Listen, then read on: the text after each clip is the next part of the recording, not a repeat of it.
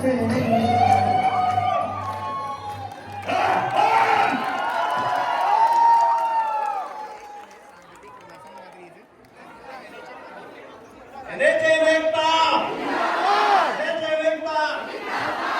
है 334 संस्था है जहाँ पर ताले लगे हुए हैं और वहाँ के सारे एक बार और करने इसके बाद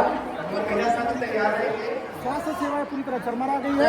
वैसे प्रदेश की सेवा जो है 6,239 सेवाओं में ताला लगा हुआ है और आज पूरे प्रदेश में स्वास्थ्य सेवा जो है पूरी तरह से चरमरा गई है। हम लोगों का जो प्रमुख काम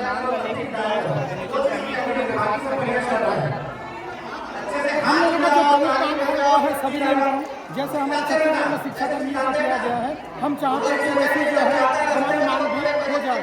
दूसरी हमारी प्रमुख मांग है पब्लिक हेल्थ केडर की स्थापना हो जाए, जैसा कि हमारे देश बिहार में हुआ है। तीसरा है नियमितीकरण, जैसा कि मध्य प्रदेश में हुआ, हरियाणा में हुआ, तमिलनाडु में हुआ, तो हम लोग चाह रहे हैं छत्तीसगढ़ में भी हो। और जो जायज मांग हमारी और है वो है हमारा ग्रेड पे निर्धारित हो और हमारा जो लंबी 27% है वो हो जाए, क्योंकि 1 जुलाई जो 2023 से पूरे छत्तीसगढ़ के विभाग को दिया जा रहा है, केवल और केवल राष्ट्रीय स्वास्थ्य मिशन के लिए जो कार्यरत कर्मचारी है उन्हीं को नहीं दिया जा रहा है, वही लोग वंचित हैं।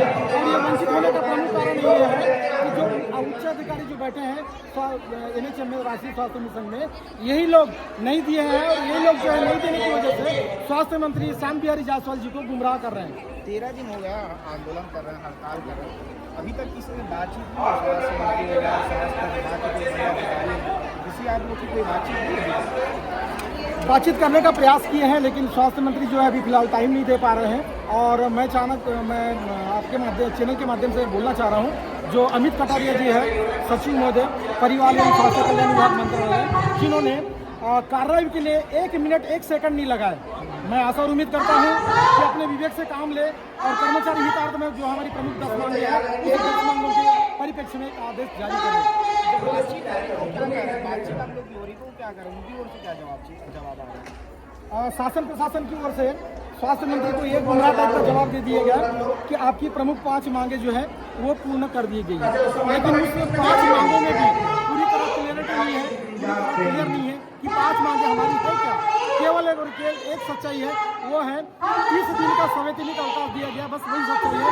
बाकी जो कह रहे हैं वो पूरी तरह भ्रामक जानकारी है और ओवरऑल पूरे छत्तीसगढ़ की आम जनता में 2,75,00,000 की जनसंख्या में जो भ्रामक जानकारी है, आज मैं आपके चैनल के माध्यम से खंडन करना चाह रहा हूँ। वो जानकारी सरासर गलत है और आम जनता को बेवकूफ बनाया जा रहा है कि स्वास्थ्य विभाग की